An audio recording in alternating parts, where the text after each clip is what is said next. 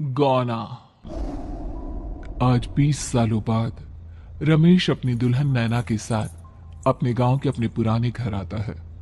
सभी लोग बहुत खुश थे। रूपा भी अपनी बहू का स्वागत करने में लगी थी। पर यह क्या, रूपा जैसे ही अपनी बहू की आरती उतारने जाती है, अचानक से तेज हवाएं चलने लगती है। घर की लाइट चली जाती है और आरती का थाल का दीपक बुझ जाता है। माँ, माँ, ये सब क्या हो रहा है? अचानक से ये मौसम कैसे बदल गया? अरे बेटा, ये गांव है। गांव में अक्सर ऐसा ही होता है। किसी भी वक्त मौसम बदल जाता है और कभी भी लाइट चली जाती है। दीपाली बेटा, किचन से मोमबत्तियां तो ले आ। रूपा के कहने पर दीपाली किचन में मोमबत्ती लेने जाती है। लाइट ना होने की वजह से घर में काफी अंधेरा था, इसलिए दीपाली अपने फोन का टॉर्च ऑन करती है और टॉर्च ऑन करते ही उसे महसूस होता है जैसे कोई उसके सामने से गुजरा हो। मुझे ऐसा क्यों महसूस हुआ कि मैंने अभी यहाँ किसी को देखा? क्या सच में यहाँ कोई था या ये सिर्फ मेरा वहम था? अरे दीपाली बेटा, मिले कि नहीं मोमबत्ती? हाँ हाँ माँ, बस अभी लाती हूँ। दीपाली सारी बातों को भूलकर मोमबत्ती जलाती है और जैसे ही मोमबत्ती लेकर वापस बाहर जाने के लिए पीछे मुड़ती है तो उसके सामने एक 10 साल की छोटी बच्ची खड़ी होती है। उस बच्ची की एक झलक देखते ही दीपाली डर जाती है और जोर जोर से चिल्लाने लगती है। तभी अचानक से लाइट आ जाती है। दीपाली की आवाज सुनकर शंकर और छोटा भाई पवन उसके पास पहुंचते हैं। क्या हुआ दीपावली बेटा? पापा, मैंने किसी को देखा। दीदी, दीदी यहाँ पर कोई नहीं है। अंधेरे में वहम हुआ होगा आपको। अब चलो, दरवाजे पर भैया भाभी कब से खड़े हैं। दीपाली भी इसे अपना एक वहम समझकर सबके साथ बाहर चली जाती है, जहां वो लोग अपनी भाभी का स्वागत करते हैं। नैना अपने पैरों से कलश को गिराकर थाल में पैर रखती है और घर के अंदर जाती है। सब घर के अंदर चले जाते हैं। भाभी, मैं आपकी ननद नहीं, आपकी छोटी बहन और फ्रेंड की तरह हूँ। इसलिए कभी भी आपको ये लगे कि भैया आपको सता रहे हैं तो आप उनकी शिकायत मुझसे कर देना। हाँ। भाभी भैया की शिकायत करे या ना करे, पर मुझसे और माँ से तेरी शिकायत जरूर करेगी। सभी आपस में बैठकर हंसी मजाक कर रहे थे। नैना भी घूंघट की अपने बिस्तर पर बैठी थी। वो सब आपस में बात कर ही रहे होते हैं कि तभी उन्हें एक अजीब डरावनी आवाज सुनाई देती है और कमरे की खिड़की अपने आप ही खुल जाती है। मुझे इसीलिए गांव पसंद नहीं। गांव में ऐसी ही डरावनी आवाजें आती हैं। मैंने तो सुना है गांव में बहुत सारे भूत भी होते हैं और इस मौसम को पता नहीं क्या हो रहा है। मुझे तो बहुत डर लग रहा है। मैं तो अपने कमरे में जा रही हूँ सोने। बाय भाभी, हम कल बात करेंगे। अब सब अपने कमरे में सोने चले जाते हैं। नैना अपने कमरे में बिल्कुल अकेली थी। कुछ देर बाद रमेश अपने कमरे में आता है और देखता है कि नैना खिड़की के पास खड़ी होकर बाहर की ओर एक टक नजरें लगाकर देख रही थी। क्या हुआ नैना? बाहर क्या दिख रही हो? मैं बाहर का मौसम देख रही हूँ रमेश जी। इस मौसम को देखकर ऐसा लग रहा है जैसे आज कोई अपना बदला लेने के लिए आया है। तुम क्या बोल रही हो, मेरी कुछ समझ में नहीं आ रहा। और वैसे भी रात काफी हो चुकी है, अब हमें भी सो जाना चाहिए। चलो। इतना बोलकर रमेश सोने के लिए बिस्तर पर लेट जाता है, पर नैना अब भी खिड़की के पास ही खड़ी होती है। रमेश के सो जाने के बाद नैना अपनी सास के कमरे में जाती है और अपनी सास के पास बैठकर रोने लगती है, जिसे सुन सास की नींद खुल जाती है। बहू, अरे क्या हुआ बहू? तू इतनी रात को यहाँ मेरे कमरे में बैठकर रो क्यों रही है? मम्मी जी, आपने मुझे क्यों नहीं अपनाया? आपको पता है, आपकी वजह से मुझे और मेरे परिवार वालों को गांव वालों के कितने ताने सुनने पड़े। तू मेरी बहू नहीं है? कौन है तू? मम्मी जी, मैं आप ही की बहू हूँ। आपने मुझे अब भी नहीं पहचाना? इतना बोलते ही नैना की आंखें लाल हो जाती हैं। वो जोर जोर से हंसने लगती है मौसम का रुख बदल जाता है। कमरे की खिड़कियां और दरवाजे अपने आप ही खुलने और बंद होने लगते हैं। देखते ही देखते नैना हवा में उड़ने लगती है और वो अपनी आंखों के इशारे से अपनी सांस को भी हवा में लटका देती है। तेरी वजह से मुझे और मेरे घर वालों को ताने सुनने पड़े। तुमने जो पाप किया है, तुझे उस पाप की सजा मिलेगी और अब तेरी इस गलती की सजा तेरा पूरा परिवार भुगतेगा। इस तरह से नैना बड़ी ही बेरहमी से अपनी सास को मार डालती है और आराम से अपने कमरे में जाकर सो जाती है। अगली सुबह जब घर वालों को कमरे में रूपा की लाश मिलती है तो उन लोगों के पैरों तले जमीन खिसक जाती है। कल तक माँ बिल्कुल ठीक थी, फिर अचानक ऐसा क्या हुआ रात को कि माँ हम सबको छोड़कर चली गई। सारी गलती मेरी है। बेटे की शादी की खुशी में मैं ही रात को घर वापस नहीं आया और चला गया अपने गांव के दोस्तों से मिलने। अगर रात को मैं अपनी रूपा के साथ होता तो शायद आज वो हमें छोड़कर न जाती। घर में शोक का माहौल पसर गया था, पर नैना को इस बात से कोई फर्क नहीं पड़ रहा था और ये बात कहीं ना कहीं पवन को भी समझ में आ रही थी। अब ऐसे ही कुछ दिन बीतते हैं और 1 महीने के अंदर ही अंदर शंकर की भी मौत हो जाती है। पहले माँ छोड़कर चली गई और अब पिताजी। क्या हो गया है हमारे घर को? पता नहीं किसकी नजर लग गई है। भैया ये घर सही नहीं है। हम जब से इस घर में आए हैं कुछ न कुछ बुरा ही हो रहा है। हमें यहाँ से वापस शहर चले जाना चाहिए।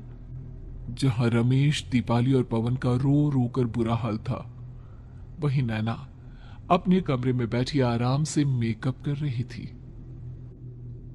दीदी मुझे तुमसे कुछ बात करनी है। मुझे लगता है कि इन सब के पीछे भाभी का हाथ है। पवन तू ये सब क्या कह रहा है? तू होश में तो है ना? अगर भैया भाभी ने तेरी ये बकवास बात सुन ली तो उनके दिल पर क्या गुजरेगी? तू भाभी पर इतना बड़ा इल्जाम कैसे लगा सकता है? दीदी आप खुद ही देख लो ना। हम जब से इस घर में आए हैं सब कुछ बदल गया है। शादी से पहले नैना भाभी ऐसी बिल्कुल नहीं थी, पर अब वो किसी से बात नहीं करती। ज्यादातर अकेले अपने कमरे में ही रहती है और कभी उनसे बात करो भी तो न जाने कैसी अजीबोगरीब तरह की बातें करने लगती है। तू पागल हो गया है? आप समझती क्यों नहीं है दीदी? देखो ना, हमारे घर में मौत का सिलसिला शुरू हो गया है, पर भाभी को कोई फर्क नहीं पड़ रहा। वो अभी भी मेकअप कर रही हैं, आराम से खाना खा रही हैं। और दीदी आपको पता है, जिस रात माँ की मौत हुई थी ना, उस रात मैंने भाभी को माँ के कमरे में जाते हुए देखा था। पवन की बातें सुन अब दीपाली के मन में भी शक पैदा होने लगता है और वो इस बारे में रमेश से बात करती है। रात को सब साथ में बैठकर खाना खा रहे थे, तभी कौन हो तुम और तुम ये सब क्यों कर रही हो? क्यों सबकी जान ले रही हो? रमेश जी ये आप क्या कह रहे हैं? मैं भला मम्मी जी पापा जी की जान क्यों लूंगी? मैंने कब कहा कि तुमने माँ पापा की जान ली? नैना तुम तो मेरी पत्नी हो, तुम थोड़ी किसी को मारोगी। नैना तुम नैना ही हो ना? रमेश की ये बात सुनते ही नैना खाना छोड़कर गुस्से में सबको देखने लगती है। नैना की गुस्से भरी आंख को देखकर तीनों भाई बहन डर जाते हैं। तभी नैना जोर जोर से हंसने लगती है।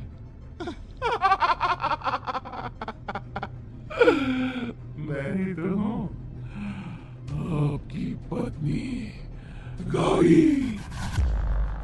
गौरी का नाम सुनते ही रमेश के होश उड़ जाते हैं। आखिर कौन है ये गौरी?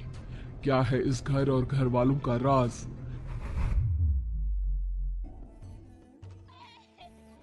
हमारे दोनों बच्चे एक साथ कितने अच्छे लग रहे हैं ना? हाँ, कितने अच्छे दोस्त हैं दोनों।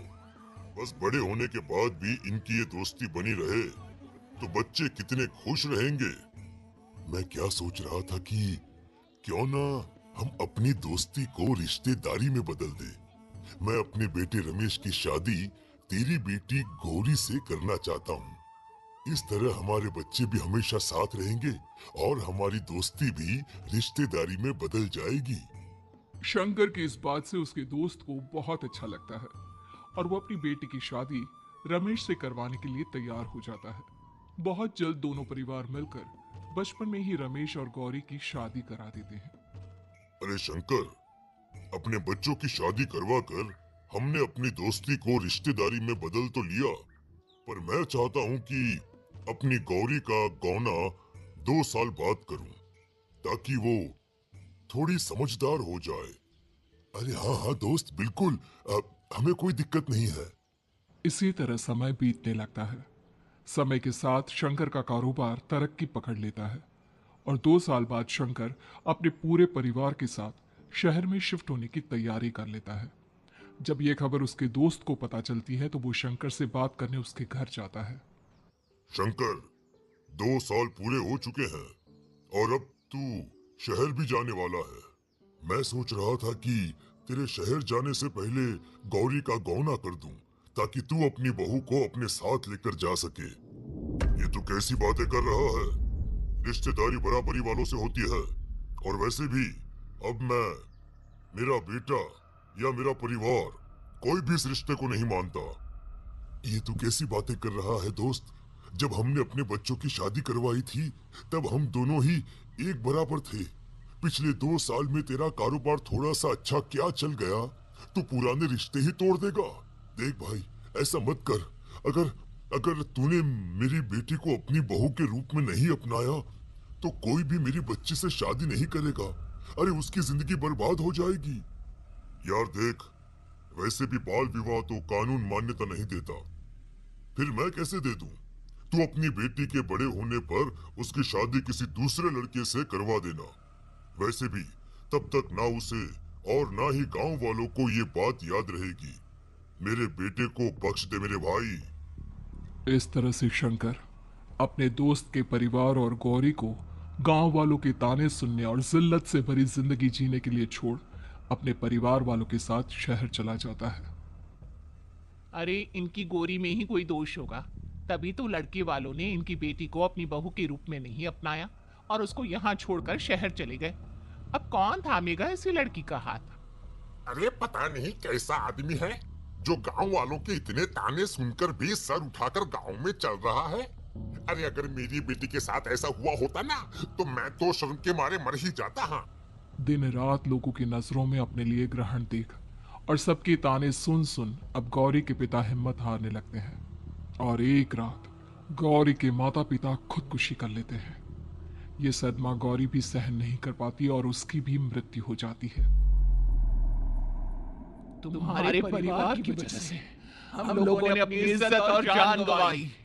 इसका बदला तो तुम्हें चुकाना पड़ेगा, वो भी अपनी जान देकर। हंसते हुए अब नैना हवा में उड़ने लगती है। नैना अब पूरी तरह से बदल चुकी थी। गौरी की आत्मा उसके शरीर पर हावी हो चुकी थी। उसकी आंखें सफेद, पैर उल्टे, चेहरा काला और बाल बिखर गए थे। अब गौरी अपनी शैतानी शक्तियों से घर के हर कोने को अपने काबू में कर लेती है और सीधी दीवार पर जाकर चिपक जाती है। मुझे अपना बदला चाहिए। बदला लूंगी मैं तुम सबको खत्म कर दूंगी। गौरी इतनी तेज चिल्ला रही होती है कि उसकी आवाज से घर के सारे कांच टूट जाते हैं। सामान इधर उधर गिरने लगता है और ये सब देखकर तीनों भाई बहन के होश उड़ जाते हैं। बचाओ, भागो भागो। उन तीनों को अपनी जान बचाने के लिए यहाँ से वहां भागता देख गौरी जोर जोर से हंसने लगती है। तभी दीपाली घर से बाहर निकलने लगती है, जिसे देख गौरी गुस्से में अपनी शक्तियों से तुरंत घर का दरवाजा बंद कर दीपाली को हवा में उड़ा देती है। बाहर भागेगी, मुझसे बचकर भागना चाहती है? कोई नहीं बचेगा, आज तुम सब मरने वाले हो। अचानक घर में भूतिया आवाजें गूंजने लगती है, तेज हवाएं चलने लगती हैं। सोफा, टेबल, कुर्सी सब हवा में उड़ने लगता है। ये सब देखकर रमेश, दीपाली और पवन की रूह कांप जाती है। घर में ये सब होते हुए और अपनी बहन को हवा में उड़ते हुए देख रमेश और पवन को भी समझ में नहीं आ रहा था कि वो क्या करे, कैसे अपनी जान बचाए। इतने में गौरी अपनी आंखें दीपाली की तरफ करती है और अपनी शैतानी शक्तियों से उसका गला दबाने लगती है। भागने का बहुत शौक है ना, अब मैं तुझे इस दुनिया से ही भगा दूंगी। इतना बोलकर गौरी दीपाली को उठाकर फेंक देती है और दीपाली दीवार से टकराकर नीचे गिर जाती है। दीपाली के पूरे शरीर में चोट के निशान होते हैं और वो उठ भी नहीं पाती। दोनों भाई भागते हुए अपनी बहन के पास जाते हैं। ये तो बस शुरुआत है, मैं तुम तीनों को तड़पा कर मारूंगी। अरे अरे पर हमने क्या किया है? हम तीनों भाई बहन तो निर्दोष हैं। गलती तो हमारे माता पिता ने की थी और उन्हें तुम पहले ही मार चुकी हो, फिर हमारे पीछे क्यों पड़ी हो? पवन के इतना बोलते ही गौरी एक हवा के झोंके की तरह उसके पास आती है और उसका गला पकड़कर उसे हवा में उठा देती है और रमेश को गुस्से भरी नजरों से देखती है। गलती मेरे परिवार की नहीं थी, मगर सबको मरना पड़ा। मैं किसी को नहीं छोड़ूंगी। गौरी पवन को हवा में उछाल देती है, जिस पर कमरे की छत से टकराकर जमीन पर आकर वो गिरता है। उसके सर और शरीर पर जगह जगह चोट लग जाती है और खून बहने लगता है, जिसे देख अब रमेश से चुप नहीं रहा जाता। गौरी, तुम्हारा गुनहगार मैं हूँ। तुम्हारी शादी मुझसे हुई थी। अगर तुम्हें बदला चाहिए तो मुझसे लो। मेरे भाई बहन को छोड़ दो। तुम मुझे मार दो। मरना तो सबको पड़ेगा। अरे पर इसमें उन दोनों की कोई गलती नहीं है। प्लीज, मैं मानता हूँ कि तुम और तुम्हारे परिवार के साथ जो कुछ भी हुआ वो गलत था, पर गौरी, मैं प्लीज मेरे भाई बहन को छोड़ दो। उन्हें तो इस बात के बारे में कुछ भी पता नहीं है। उनका इस सबसे कोई लेना देना नहीं है। तुम और तुम्हारा परिवार यही चाहता था ना कि मैं तुम्हें अपना लूं। उस समय मैं बच्चा था। मेरे पास इतनी समझ नहीं थी, पर आज मैं तुम्हें तुम्हारे इसी रूप में अपनाता हूँ। मेरे साथ जो करना है कर लो, बस मेरे भाई बहन की जान बख्श दो उनकी जान। रमेश की ये बात सुनकर गौरी का गुस्सा थोड़ा शांत होता है। ठीक है, मैं तुम्हारे भाई बहन को नहीं मारूंगी, पर तुम्हें मरना होगा और तुम्हारी आत्मा को मेरे साथ शादी करनी होगी। मुझे मंजूर है। अब रमेश गौरी के साथ छत पर जाता है और छत से नीचे कूद जाता है। रमेश के मरते ही गौरी उसकी आत्मा को अपने साथ ले जाती है और इस तरह से रमेश खुद मरकर अपने भाई बहन को बचा लेता है।